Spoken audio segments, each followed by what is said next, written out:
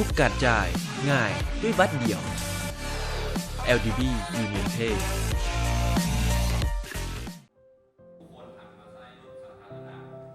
ข่าวดีต่อไปนี้ผู้โดยสารสามารถชำระค่ารถเมล์ด้วย QR Code ได้แล้วธนาคารพัฒนาลาวได้ร่วมมือกับรัฐวิสาหกิจรถเมล์นครหลวงเวียงจันทน์เพิ่มช่องทางในการชำระค่าโดยสารด้วยการสแกน QR Code เพื่ออำนวยความสะดวกให้กับผู้โดยสารการชำระค่าโดยสารรถเมล์ด้วยการสแกน QR Code นี้แม้นเพื่อสร้างความสะดวกสบายให้แก่ผู้โดยสารที่ใช้บริการรถเมล์สาธารณะของรัฐวิสาหกิจรถเมล์นครหลวงเวียงจันทน์ในการชำระค่าโดยสารได้หลายช่องทางซึ่งเป็นการประกอบส่วนเขาด้วยการลดผ่อนการนำใช้เงินสดตามแนวทางนโยบายขันถึงวางออกลดผ่อนความเสี่ยงหับประกันความถูกต้องว่องไวปลอดภัยประหยัดค่าใช้จ่ายธนาคารพัฒนาลาวซื่อสัตย์มั่นคงโปร่งใสทันสมัยหับใช้ประชาชน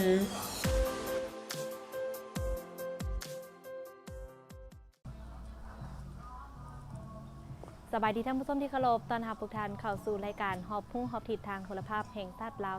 23และในมื้อนี้ทางรายการฮอบพุ่งของพวกเขาก็มาอยู่ที่สวนวัฒนธรรมเสียงควรเป็นอีกสถานที่ท่องเที่ยวหนึ่งที่นักท่องเที่ยวบ่ว่าจะเป็นนักท่องเที่ยวทางภายในและต่างประเทศเข้ามาเที่ยวเป็นจำนวนหลวงหลาย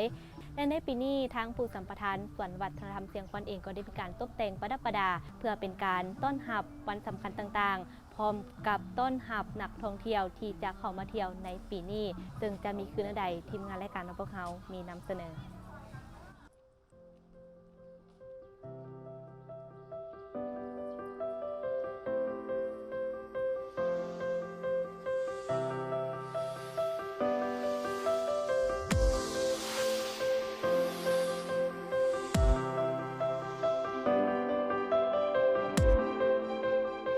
วัดเสียงควรหรือสวนวัฒนธรรมเสียงควร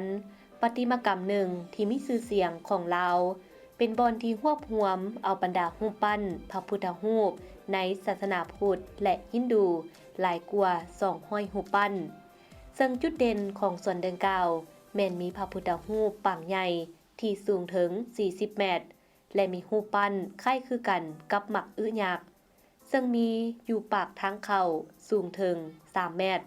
และทางในรูปปั้นนี้จะแสดงถึง3ชั้นก็คือนรกโลกและสวรรค์ส่วนดังกล่าวแม้ได้รับความนิยมหลายสำหรับนักท่องเที่ยวทั้งภายในและต่างประเทศเนื่องจากว่าส่วนดังกล่าวนอกจากจะมีประวัติศาสตร์และวัฒนธรรมที่น่าดึงดูดใจแล้วก็ยังมีสิ่งอำนวยความสะดวกครบสูตรให้แก่นักท่องเที่ยวซึ่งทั้งส่วนวัฒนธรรมเสียงควรก็ได้มีการพัฒนาและปรับปรุงเพิ่มเติมโดยเฉพาะก็แม่นการสร้างหนทางภายในสวนสร้างห้องน้ำสาธารณะสร้างกำแพงจัดให้มีสถานที่จอดรถตกแต่งสวนปลูกดอกไม้สร้างจุดชมวิวให้บริการทางด้านข้อมูลโดยมีหูฟังให้นักท่องเที่ยวและให้บริการด้านอาหารเครื่องดื่มและอื่นๆภายในสวนตื่มอีกซึ่งสิ่งเหล่านี้ก็เป็นปัจจัยหนึ่งที่เฮ็ดให้นักท่องเที่ยวทั้งภายในและต่างประเทศเพิ่มขึ้นอย่างต่อเนื่องในแต่ละปีเฉพาะในปี 2019 แม้นมีนักท่องเที่ยวเข้ามาเที่ยวชมสวนวัฒนธรรมเสียงควรประมาณ 300,000 คนในนั้นจะมีนักท่องเที่ยวที่เป็นคนลาวและนักท่องเที่ยวที่เป็นคนต่างประเทศส่วนใหญ่แม่นมาจากประเทศเวียดนามจีนสาธารณรัฐเกาหลีและประเทศฝรั่งเจ้าเฉพาะนักท่องเที่ยวเนาะที่ว่ามาเที่ยวส่วนวัฒนธรรมเชียงควรก็เห็นว่าน้ำมือนับหลายขึ้นเนาะเนื่องจากว่าถนนหนทางกันแล้วเนาะรับปีกายนี้ก็เป็นปีท่องเที่ยวลาวเกาหลีถือว่าเกาหลีมาหลายพอสมควรสรุปหมดปีก็ประมาณ 300,000 กว่าคนตอนนี้ในนั่นก็เฮาก็บ่ได้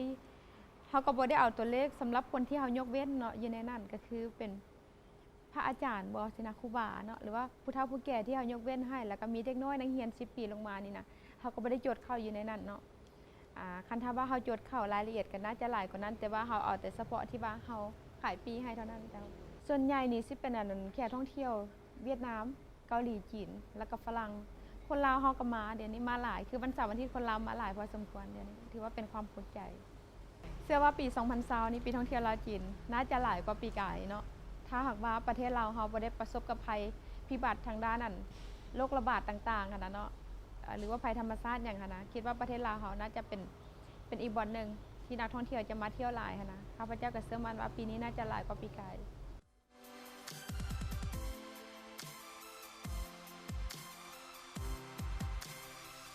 เพื่อดึงดูดนักท่องเที่ยวให้เข้ามาเที่ยวชมหลายขึ้นในปี 2020 นี้ทางส่วนวัฒนธรรมเชียงควนก็จะมีการจัดกิจกรรมขึ้นในโอกาสวันสำคัญต่างๆ โดยเฉพาะก็เพื่อเน้นใจให้นักท่องเที่ยวทางภายในและต่างประเทศได้เข้าร่วมม่วนซื่นเฮ็ดกิจกรรมและเรียนรู้วัฒนธรรมฮีตของประเพณีของลาวอีกด้วย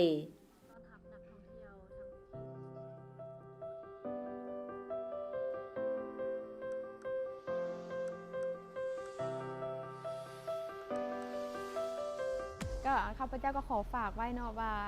ส่วนวัฒนธรรมเชียงควนทำมีความพร้อมทางด้านการต้อนรับและก็การบริการแขกทุกประเทศเลยเนาะบ่ว่าแต่คนลาวต่างประเทศเนาะทุกศาสนาเลยก็สามารถมาเที่ยวชมสวนเชียงควนได้มาซึมซับมาเรียนรู้ทางด้านวัฒนธรรมประวัติศาสตร์และก็มาเห็นกินอายทางด้านการท่องเที่ยวตามลุ่มแม่น้ำคลองนะเนาะแล้วก็ได้สัมผัสกับกิจกรรมใหม่ๆก็คือสิ่งที่เราสร้างขึ้นมาใหม่และก็มรดกเก่าของเราเนาะก็ยินดีต้อนรับทุกมื้อเลยจ้ะ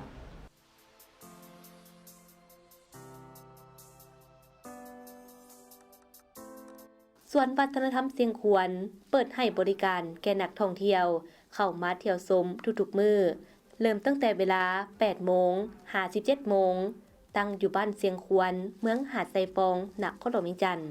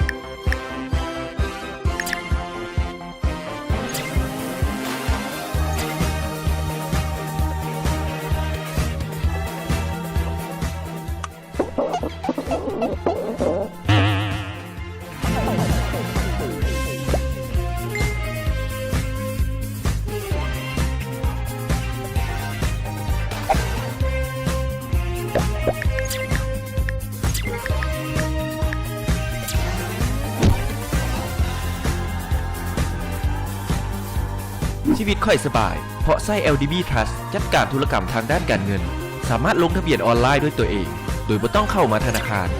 สะดวกสบายกับอีกหลากหลายธุรกรรมทางด้านการเงินใน LDB Trust ฟัก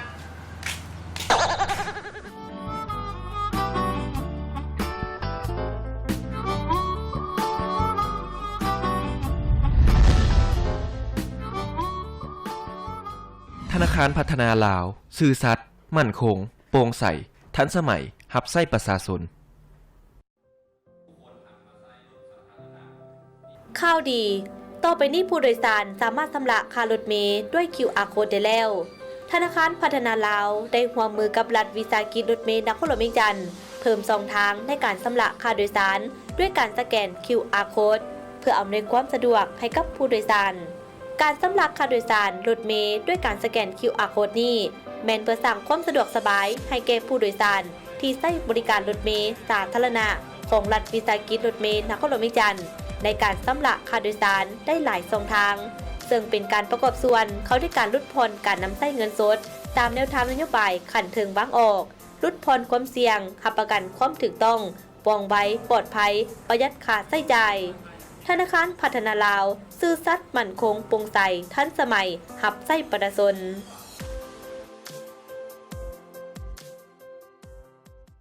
ท่านผู้ชมที่เคารพและจุดที่ข้าพเจ้ายืนอยู่นี่ก็เป็นอีกจุดหนึ่งที่ทางผู้สัมปทานสวนวัฒนธรรมเชียงควนได้มีการตกแต่งประดับประดาขึ้นมาเพื่อเป็นการต้อนรับนักท่องเที่ยวทั้งภายในและต่างประเทศที่จะเข้ามาเที่ยวนครหลวงเวียงจันทน์โดยเฉพาะแล้วก็แม่นมาเที่ยวอยู่ที่สวนวัฒนธรรมเชียงควนพ ร้อมเดียวกันนั้นทั้งสวนก็ได้มีการปลูกดอกไม้หลายชนิดเอยองเพื่อต้อนรับวันสำคัญต่างๆที่จะมาค่อนมาถึงก็คือวันที่14 กุมภาพันธ์วันแห่งความหักของหลายๆท่านและพร้อมเดียวกันนั้นอีก1วันที่สำคัญที่จะมาค่อนมาถึงก็คือวันที่8 เดือน 3วันแม่หญิงสากลและในมื้อนี้ทางรายการพวกเขาก็ได้มีการนำเอาบรรยากาศหรือว่าหลายๆสิ่งหลายๆอย่างอยู่ที่สวนวัฒนธรรมเสียงขวัญนี่มานำเสนอให้บรรดาท่านได้ติดตามชมฉะนั้นแล้วบรรดาท่านใดที่ว่ายังบ่ฮู้จะพาครอบครัวหรือว่าคนที่ตนเองหากไปเที่ยวบ่อนใดก็สามารถมาเที่ยวได้อยู่ที่สวนวัฒนธรรมเสียงขวัญนี่และมาข้อนี้เวลาของทางรายการของพวกเขากองบทลงแล้วขอบใจทุกท่านที่ให้แก่ติดตามรับชมเจนนี่ศิวิไลพร้อมด้วยทีมงานรายการฮอบฮู้ฮอบทิดลาทางผู้ชมไปด้วยเวลาเพียงเท่านี้สบายดี